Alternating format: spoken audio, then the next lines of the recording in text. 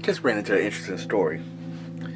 So, a former inmate at prison ends up getting out and buying the prison. That is a fantasy result.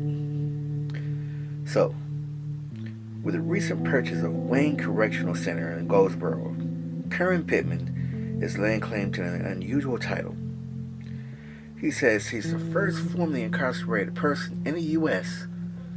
to purchase a prison. Pittman, the founder and executive of and director of Recidivism and Reduction Educational Program Services, was sent to prison at the age of 18 and served 11 years and 6 months for conspiracy to commit murder, January 26. It will mark 8 years since his release and return to the Southeast Raleigh community in which he was reared.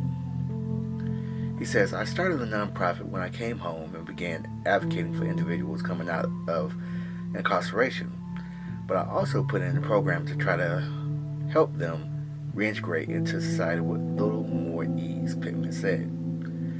His experience behind bars gave him insight into what other formerly incarcerated individuals needed after they left prison. I'm going to stop that story there.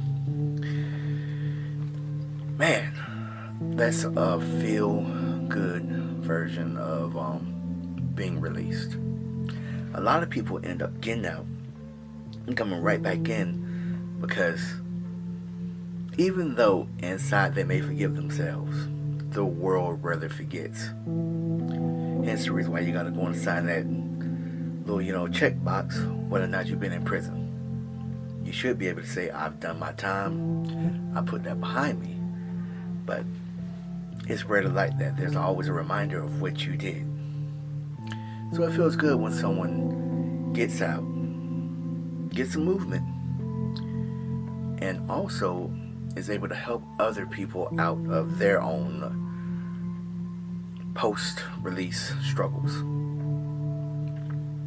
I love that. Really do. I really, really do.